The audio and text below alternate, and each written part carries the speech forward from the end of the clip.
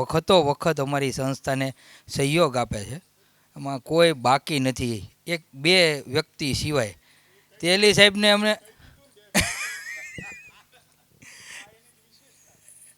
બે વ્યક્તિ સિવાય બધા સંસ્થામાં આવે છે ને આ સંસ્થાને સહયોગ આપે છે, અને એની થકી જ આ સંસ્થા ચાલે છે. અમે તો ખાલી હેન્ડલિંગ કરીએ છીએ ગોપાલભાઈની જેમ. તેલી સાહેબને અમે દર 15 દિવસે કાગળ મોકલીએ, કોઈ દી અમારે આટલા વખતમાં કાંઈ તકલીફ પડી નથી. આ સંસ્થા છેલ્લા 25 વર્ષથી બહેરા મૂંગા બાળકોના શિક્ષણ માટે કામ કરે છે, અને એમાં ઘણો બધો સહયોગ ફોરવર્ડ સ્કૂલના શિક્ષકો જે રિટાયર્ડ થઈ ગયા છે ને એમનો બહુ મોટો હાથ છે. અને અમારા છગનભાઈ ફીણવિયા સાહેબને અમે ખૂબ યાદ કરીએ છીએ એમાં. અને આ સંસ્થાને ખૂબ સહયોગ મળ્યો છે આપ સર્વથી. અમને પણ એવું થાય કે ફોરવર્ડ સ્કૂલનું જે જૂનું બધું જોયું હતું એ ફરીથી પાછું આવે. તો આ પ્રયત્નમાં અમારો ક્યાંય પણ સહયોગની જરૂર હોય તો અમે ગમે ત્યારે આપને સહકાર અને સહયોગ આપવા તૈયાર છીએ, ગુરુજનો જ્યારે કહે ત્યારે અને આપ વડીલો જ્યારે કહો ત્યારે. પણ કાલે એક મારે વાત થઈ એટલે મેં પ્રફુલભાઈ જોબનપુત્રા સાહેબને એક વિડીયો મોકલો. અમારા એક મિત્ર છે, અમારા બાળકોને એણે પહેલાં જન્મદિવસે છે ને અમરેલીમાં પ્લેન ઉડે છે ને એમાં જન્મદિવસ ઉજવો. બીજી વખત એમણે અમારા બાળકોને લઈ અને રોરો ફેરીમાં ઘોઘાથી સુરત લઈ ગયો અને ત્યાં એણે જન્મદિવસ ઉજવ્યો.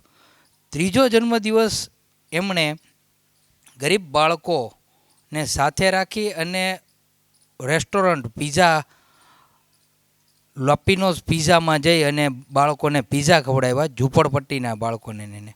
અને છેલ્લે આ વર્ષે 2024માં એણે 14 ડિસેમ્બરે એના જન્મદિવસ નિમિત્તે બહેરા મૂંગા શાળાને દાદા દાદી ટેકનિકલ લેબ આપી.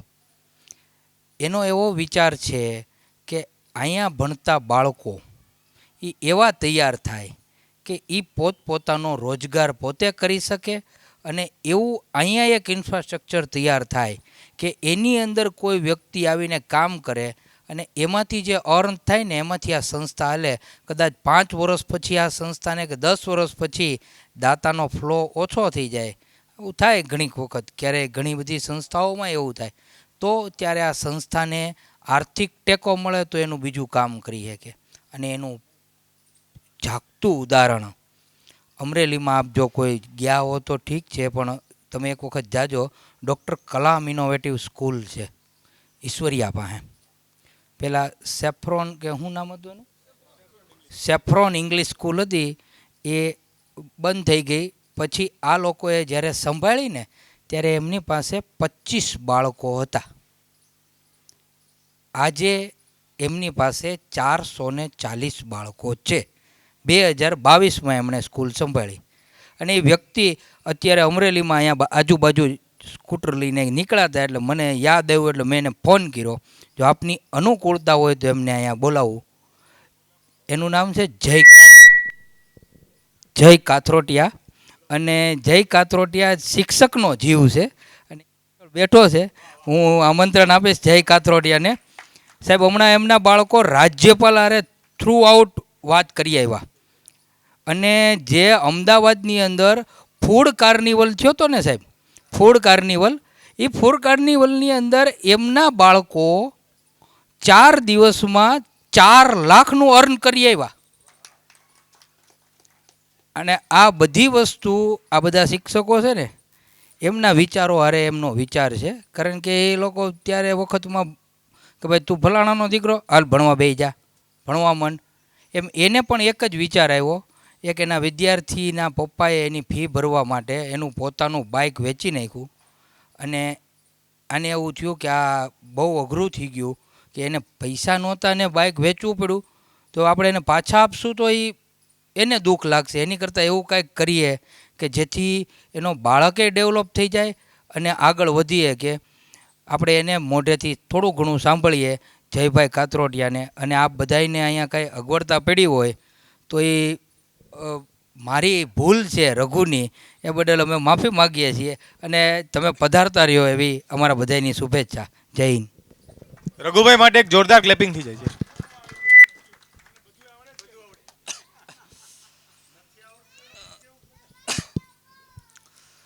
લગભગ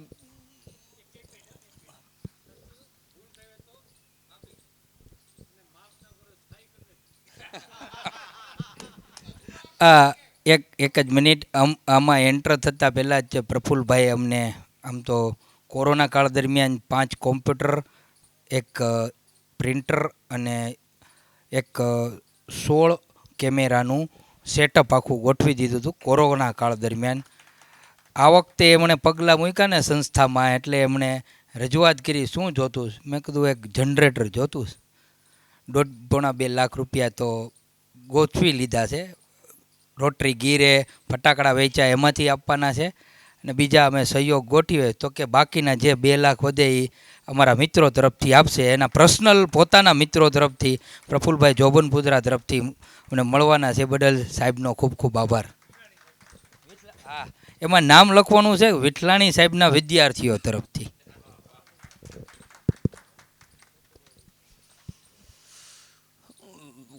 મારા પપ્પાના ગુરુજનો અથવા મારા ફાધર જે તે સમયે ફોરવર્ડના વિદ્યાર્થી હતા, એટલે આ બીજી પેઢીને એસ્ટાબ્લિશમેન્ટનું અથવા એક એન્કરેજમેન્ટનું એક તક મળી. તમારા બધા વચ્ચે નાનામાં નાનો હું છું, પણ મને એક નાનો એવો વિચાર આવ્યો, અને જનરલી જેવી આપણે આ સ્કૂલની ચર્ચા કરવા બેઠા છીએ એવી જ મોટી સમસ્યા આપણા જિલ્લાની છે, શિક્ષણ ક્ષેત્રે કે ઇન્ડસ્ટ્રી ક્ષેત્રે.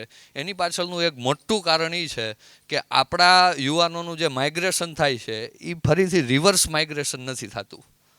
એટલે અમારે યુવા તરીકે અમારે અમદાવાદની અંદર હું 5 વર્ષ ભણ્યો એલજે યુનિવર્સિટીની અંદર, તો ત્યાંથી 3 સંસ્થા એવી હતી કે એણે મને બ્લેન્ક ચેક ઓફર કરી દીધા હતા કે ભાઈ અહીંયા જ રહેવાનું છે ને આનું ડેવલપમેન્ટ કરવાનું છે.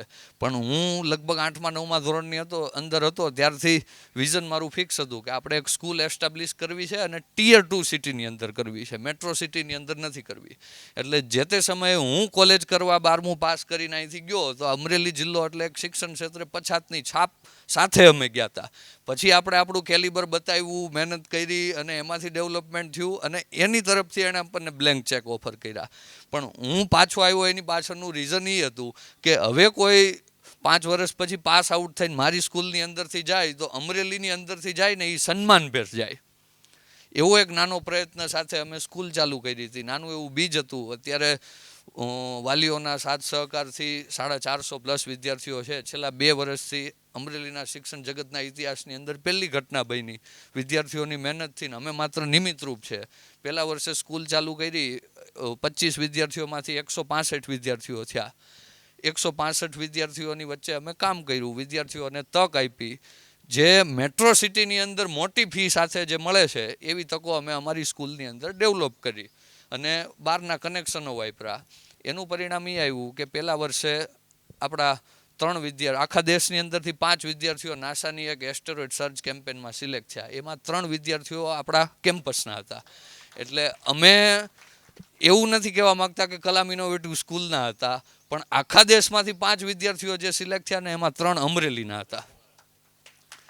અને અમારી શાળા પ્રાઇવેટ સ્કૂલ છે, પણ એની અમે એક સિસ્ટમ રાખેલી છે કે અમે કોઈ પણ એક્ટિવિટી કરીએ એ ઓપન ફોર અમરેલી કરીએ છીએ. એટલે અમારી શાળાનો ગ્રોથ થાય એવો અમારો પહેલા દિવસથી ઇન્ટરેસ્ટ નથી. કારણ કે તો અમારો ગ્રોથ કરવો હોય તો વડીલોના 5-6 ધંધા હતા અને વર્ષોથી ચાલતા હતા, ત્યાં બેસી જાત તો ગ્રોથ થાય. પણ આ જિલ્લાનો ગ્રોથ કરવો અને અહીંના વિદ્યાર્થીઓનું ડેવલપમેન્ટ થાય એવા આશય સાથે કામ કરીએ છીએ. રઘુભાઈ જે સ્ટાર્ટઅપ સ્ટુડિયોની વાત કરી, એક નાનો એવો સોશિયલ વિચાર આવ્યો કે હોસ્ટેલની 40,000 રૂપિયા અમારા હોસ્ટેલની ફી છે, રહેવું, જમવું, ખાવું, પીવું અને કપડાં ધોવાની ફેસિલિટી. આ હોસ્ટેલની ફી ભરવા માટે એક વિદ્યાર્થીના વાલીએ એનું જૂનું બાઇક વેચી દીધું અને ફી ભરી 20,000 રૂપિયા એક સેમેસ્ટરની. આ ઘટનાની માહિતી અમને 1.5-2 મહિના પછી થઈ. એટલે આપણને એવું થયું કે 20,000 રૂપિયા જેવી સામાન્ય રકમ ભરવા માટે વાલીએ આ પ્રકારનું સ્ટેપ લેવું પડે તો એને સામેથી આપણે એપ્રોચ કરીએ તો એનું સોમાન ભંગ થાય, પણ એનું સોમાન ભંગ ન થાય અને વિદ્યાર્થીઓને આપણી પાસે 24 કલાક રહેશે તો 3-4 કલાકનો જે ફ્રી ટાઈમ મળે છે એની અંદર શાળા કક્ષાએ એવી કોઈક ફેસિલિટી ડેવલપ થાય કે જેનીથી વિદ્યાર્થીઓ કંઈક નવું શીખી શકે અને કમાણી કરી શકે. તો એના સંદર્ભે અમે ટી શર્ટ પ્રિન્ટિંગ, મગ પ્રિન્ટિંગના મશીન લાવ્યા, વિદ્યાર્થીઓને કામ કરી શકે એના માટે 10,000 રૂપિયાનું નુકસાનીનું ફંડિંગ આપ્યું, મશીન આપ્યું અને નુકસાનીનું ફંડિંગ આપ્યું. કોઈ પ્રકારના ટેકનિકલ મેન્ટર નથી આપ્યા કે કોઈ શીખવાડવા નથી આપ્યું. વિદ્યાર્થીઓએ 4,000 રૂપિયાની નુકસાની કરી 2 મહિનાની અંદર, પણ 2.5 મહિનાની અંદર 25,000 રૂપિયાનો પ્રોફિટ એ મશીનની અંદરથી જનરેટ કર્યો. અને આની અંદર સ્કૂલની કોઈ પ્રકારની નો રોયલ્ટી પોલિસી, જે વિદ્યાર્થીઓ કામ કરે એને જ હાથે કામ કરવાનું, મશીનની અંદર અમારો કોઈ સંસ્થાનો પ્રતિનિધિ એન્ટર ન થાય, એની ઇન્વેન્ટરી એને મેનેજ કરવાની ક્યાંય અટકે તો અમે જે 10,000 રૂપિયાની નુકસાની માટેની લોસ બેંક આપી છે એમાંથી રિકવર કરી લેવાનું. આટલો જ કોન્સેપ્ટ. ટી શર્ટ પ્રિન્ટિંગનું એક મશીન ડેવલપ થયું, પછી 25,000 રૂપિયા એને જનરેટ કર્યા, પછી સામેની સાઈડ એક લેબ અમને એક વાહ ફાઉન્ડેશને દાનમાં આપી. એટલે એનું સેટઅપનો કાર્યક્રમ ચાલતો હતો, 10 લાખ રૂપિયાનું કોન્ટ્રીબ્યુશન એણે આપ્યું. એટલે એણે વિદ્યાર્થીઓ અમારી પાસે આવ્યા કે સામેની અંદર કયું ફાઉન્ડેશને આપણને કામ આપેલું છે. એટલે આપણે એમ કીધું કે વાહ ફાઉન્ડેશન છે, તો એ કે એ ફાઉન્ડેશન આપણા માટે આટલું બધું કરે છે તો આપણે એના માટે કંઈક કરવું જોઈએ. એટલે મેં કીધું શું કરશો? તો કે અમારી પાસે 25,000 રૂપિયા અમારી પહેલી કમાણીના છે આખી ટીમ પાસે, એમાંથી અમારે 5100 રૂપિયા એને ડોનેટ કરવા છે. હવે તમે વિચાર કરો કે માત્ર પૈસા નથી આવતા, પણ પૈસાને વાપરવા કઈ રીતે અને સત્કાર્યોની અંદર જોડવાને એની સૂઝ વિદ્યાર્થીઓની અંદર ડેવલપ થઈ. એની પછી એક લેઝર કટરનું મશીન આવ્યું, જેની અંદર તમે અત્યારે રામ મંદિરની પ્રતિકૃતિ કે લેઝર કટરના કીબોર્ડ, જે કી સ્ટેન્ડ આવે છે, મોબાઈલ સ્ટેન્ડ આવે છે, આવી બધી વસ્તુ, એમાં અમે 50,000 રૂપિયાનું લોસ ફંડ આપ્યું વિદ્યાર્થીઓને અને લેઝર કટર મશીન આપ્યું. એની અંદરથી છોકરાઓએ સાત્વિક ફૂડ ફેસ્ટિવલની અંદર B2C માર્કેટ છે કે જ્યાં 50 રૂપિયાની એન્ટ્રી ફી હોય, એ ભરીને લગભગ 4 દિવસની અંદર 1 લાખથી વધારે લોકો આવ્યા હતા. અને એ 4 દિવસની અંદર વિદ્યાર્થીઓએ 4 લાખ રૂપિયાનું સેલિંગ કર્યું. અને અમરેલીના વિદ્યાર્થીઓની અમરેલીના નામ સાથે ટાઈમ્સ ઓફ ઇન્ડિયા 1 જાન્યુઆરીની અંદર અમદાવાદ મિરર, બરાબર, અમદાવાદ મિરર કોઈ રિફર કરજો, એની અંદર અમરેલી સ્ટુડન્ટ્સ એમ કરીને આ વિદ્યાર્થીઓનું ટાઈમ્સ ઓફ ઇન્ડિયાની અંદર કવરેજ આવ્યું. એટલે અમેરિકાની ભાષા, અમદાવાદનું છાપું અને અમરેલીના લોકો, આટલું સરસ મજાનું